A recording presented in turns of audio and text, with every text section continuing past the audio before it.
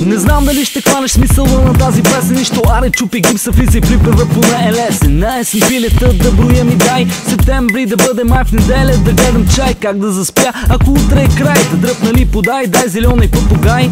Не знам точно кой, но аз не бих бил твой, защото скъпа ти не си в новият брой на Плейбой. И аз той ой на страна в двореца си сама, нима не знаеш, че това е само миг от приказка. Да беше жаба, да те целуна, да станеш като другите, красивите. Лято е пак, всички сме на плажа. Искам някоя яко с мляко да намажа, да й покажа по-горещо нещо вечерта. Стига тя обаче да не ми прилича на...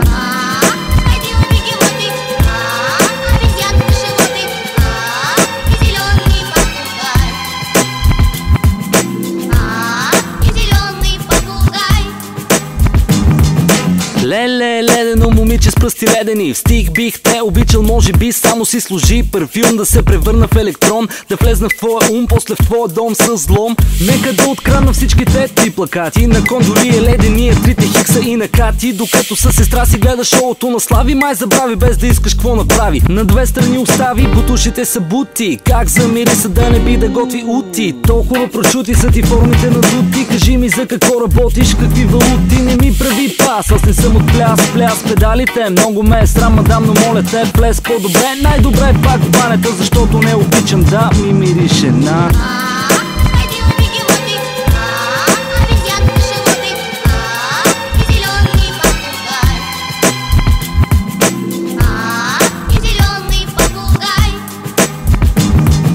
Казва, че без любовта света бил прозаичен. Мога да опитам, нека бъда романтичен. Искам трета пета от момичетата на късмета. Нека в моите чета заповяда щерката на кмета. Тоже можем да се скрием от дъжда. Ей там тирирам, да не хванем ръжда. Не съм сам, зад гърба си имам свои хора. София, Пловдив и Стара Загора. Тук е мястото да кажа, че съм падал от дърво, от едно момиче портокалово.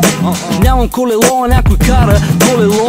Кара колело през лятото на село. По-смело, ако има желание, мис България да ми обърне внимание. Трябва ли винаги да бъда върху някоя, която ми прилича на мирише на...